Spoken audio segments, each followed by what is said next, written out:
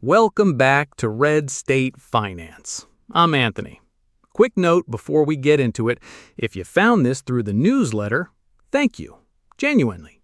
You're part of a group of people who still want the actual story, not the version someone pre-chewed for you. Keep that energy. You're going to need it today. And I'm Dana, and today we're not talking markets, we're not talking debt. We're talking about something that's upstream of all of it, something that has to be said out loud, even if it makes people uncomfortable. Common sense is dying, and it didn't die by accident. We're going to walk through exactly how it happened. The media, social media, the culture of convenience, and the politicians who looked at all of it and said, perfect, we can work with this. Let's go!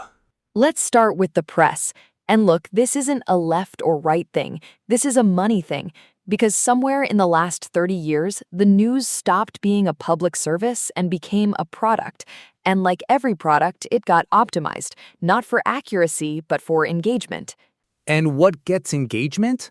Outrage, fear, confirmation that the other side is evil.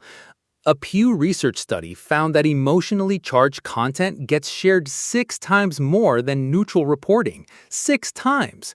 So if you're a newsroom trying to survive, what do?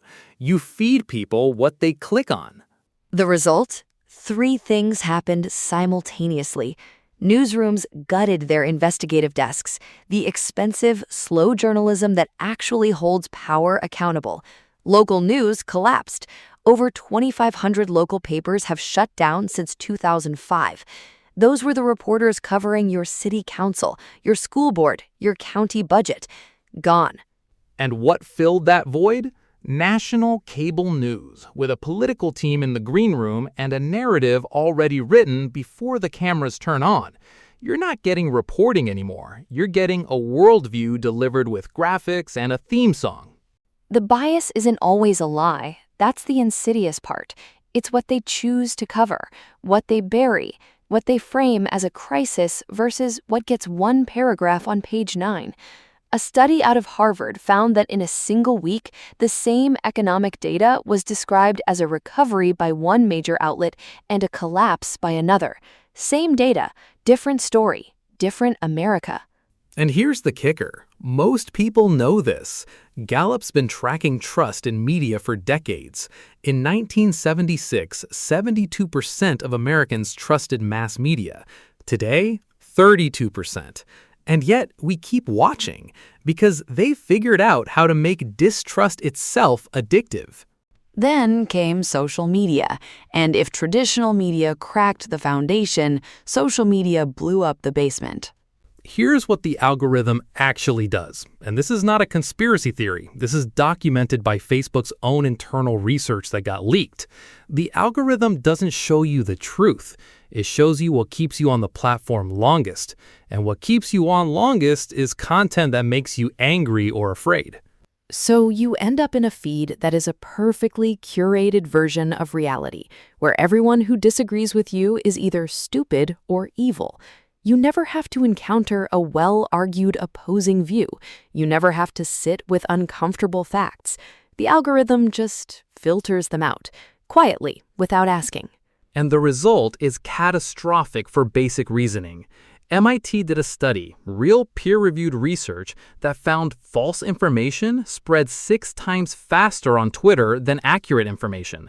6 times. Again, that number keeps coming up because the truth is often complicated and a little boring. A lie that confirms what you already believe, that thing travels at the speed of light.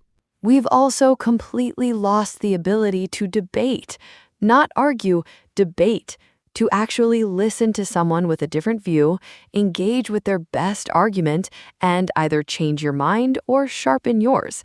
That skill is almost gone. Now disagreement is a threat. It's an attack. You don't respond to the argument, you report the account. And we did this to ourselves, voluntarily. We handed our attention, the most valuable thing we have, to platforms whose entire business model depends on keeping us emotionally activated and intellectually isolated. But it's not just media. There's something bigger going on culturally. We built a world optimized for comfort. One-click everything, skip the ad, 2-day shipping, 5-second takes. And somewhere along the way, we decided that difficulty itself, intellectual difficulty, was a problem to be solved. Reading a 3,000-word analysis of a policy bill? Too long. Watching a 2-hour debate and actually forming an opinion? Too much. Give me the 60-second clip that tells me who won. Give me the headline. Give me the side I'm already on. The data on this is brutal. The average American reads at a 7th grade level. Not because people are dumb, they're not, but because we've engineered an information environment that rewards skimming and punishes depth. A Microsoft study found that average human attention span dropped from 12 seconds in 2000 to 8 seconds in 2015. A goldfish gets 9. A goldfish gets 9. And when you can't sit with a hard idea long enough to understand it, you become easy to manipulate. You default to tribal shortcuts. My team good, their team bad. Someone puts a flag next to an idea, and you either salute it or attack it, without ever actually thinking about the idea. Critical thinking isn't a gift, it's a skill. And like every skill, if you don't use it, you'll lose it.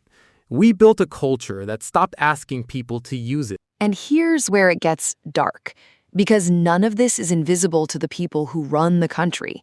They see it, they study it, and a significant number of them are actively exploiting it.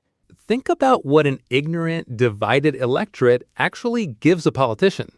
It gives them permission. If your voters can't distinguish between a real policy and a culture war distraction, you never have to deliver a real policy. You just need to keep them angry at the other side. The $39 trillion national debt we talked about last episode, it keeps growing because no one's political career ever ended for spending money. But plenty of careers have ended for cutting something someone cared about. So the incentive is borrow, distract, repeat. And a distracted, outrage-addicted population is the perfect cover. Look at how legislation gets passed. A 4,000-page bill with 3 days to read it. Provisions buried on page 2,800 that have nothing to do with the title. That doesn't happen by accident. That happens because someone calculated that the attention span of the public and most of the media won't make it past the press release. And the extremism feeds it perfectly. When 40% of Republicans and 40% of Democrats view the other side as an existential threat to America, that's not organic. That's the result of decades of deliberate messaging, media incentive structures, and social platforms designed to maximize conflict. A 2022 Rand Corporation report literally called it truth decay, the systematic degradation of facts in American public life. And they traced it directly back to the financial incentives behind media and tech. Politicians don't want you talking to your neighbor who voted differently. They want you afraid of that neighbor. Because the moment you sit down and realize you both hate the same potholes, the same hospital bills, the same property taxes, you might start asking why neither party fix any of it. So what do you do with all of this? We're not here to depress you, we're here to arm you. And the answer isn't complicated, it's just uncomfortable. Read the primary source. Not the tweet about the study, the actual study. Not the headline, the article. Not the clip, the full speech. It takes longer. That's the point. Anything worth knowing is worth the time it takes to actually know it. Talk to someone who disagrees with you, not to win, to understand. Because if you can't explain the other side's best argument back to them, you don't actually understand the issue. You just know your team's talking points. And turn off the outrage machine for 5 minutes a day. Seriously, not as a lifestyle brand, not as a wellness trend, just because your brain deserves the chance to think a thought that nobody fed it. The reason red state finance exists is because we believe people are smarter than the media gives them credit for. They just need information that respects their intelligence. No spin, no team jersey, just what's actually happening and why it matters. They broke your brain on purpose. Building it back is the most American thing you can do. Until next time. America, baby!